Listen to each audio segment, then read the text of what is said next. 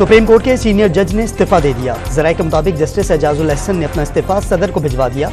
अक्टूबर में अगले chief justice के लिए मुस्ताफी जज का नाम सर फहरिस्त था।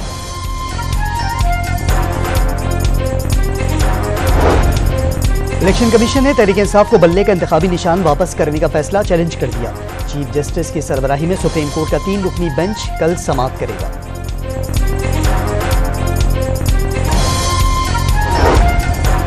तहरीक इंसाफ ने पार्टी सर्टिफिकेट शाया न करने पर इलेक्शन कमीशन के खिलाफ तौहीन अदालत की दरखास्त दायर कर दी। पेशावर हाईकोर्ट समाअत कल करेगी।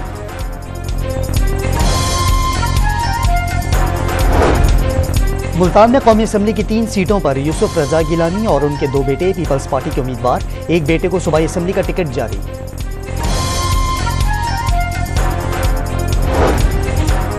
दहशतगर्दों के साथ जुड़ने वालों से लड़ेंगे। निगरान वज़ीर आज़म अनवारुल हक काकड़ का पेशावर में पुलिस दरबार से खिताब, शुहदा को खिराज अक़ीदत।